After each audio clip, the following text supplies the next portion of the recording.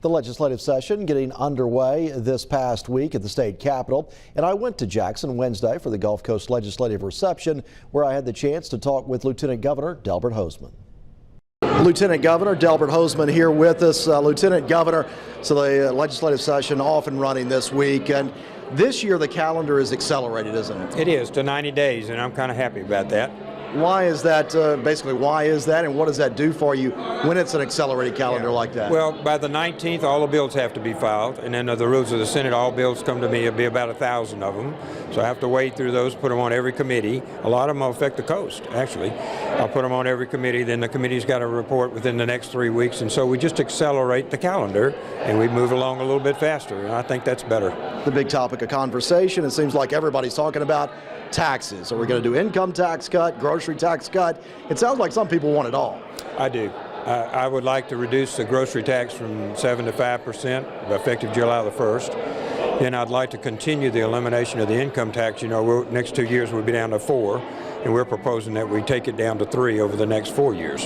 So, yeah, we're continuing to cut both taxes, just like we're cutting business taxes today. If you added all that up, we'll probably cut over $1 billion in taxes for people. Can the state afford that? There is some concern about that. Right now, revenues are up, but will they stay up? They're actually not. We're down $108 million this year off of our budgeted number, but our expenses, our budget was $7.6 billion, and we're actually only spending only $7 billion.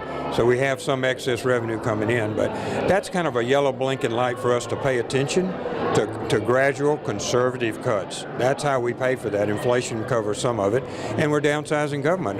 We downsized 1,000 employees in the last 4 years. This next 4 years we'll downsize another 1,000 employees through leaving and retirement, that kind of thing.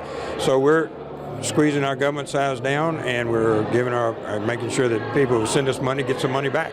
You brought up cutting government waste. It's been a big talking point for the auditor, Shad White. He's gotten some criticism for it, but he does have some ideas of a way to cut government spending. Are you going to listen to him? No. Okay, well, why is that?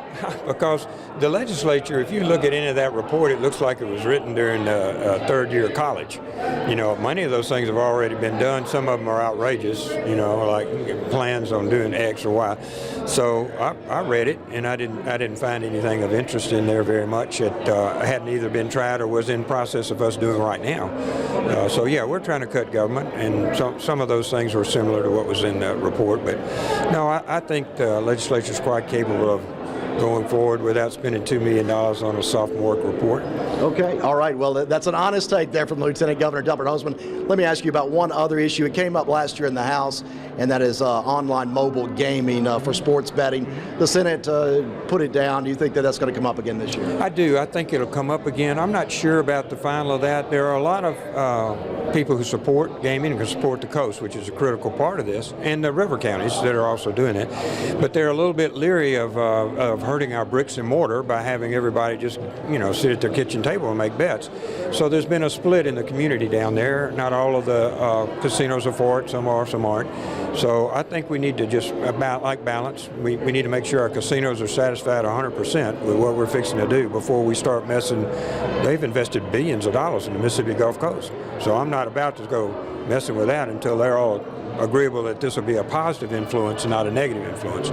The other thing that's big is the fact we met with all the mayors about the Bonnie Carey spillway and killing all our oysters. And we have to have a positive stance here. The Lieutenant Governor from Louisiana and I are getting together to make sure that we lobby the national organizations and the United States Congress to quit killing the coast. Now, it's going to happen again. The next flood, we're going to get flooded again. And they don't open the Morganza. They just dump it all on us. And now they're building another Breton to do something else to dump on us. So I think finally Louisiana and Mississippi is getting together to where we can, I hope, make a difference. You know, I sued them earlier. They tossed my case out of court. We're going back. Right. Okay. So those are certainly things to watch this legislative session. Lieutenant Governor Delbert Hosemann, thanks for joining us. Thank you. It's nice to see you.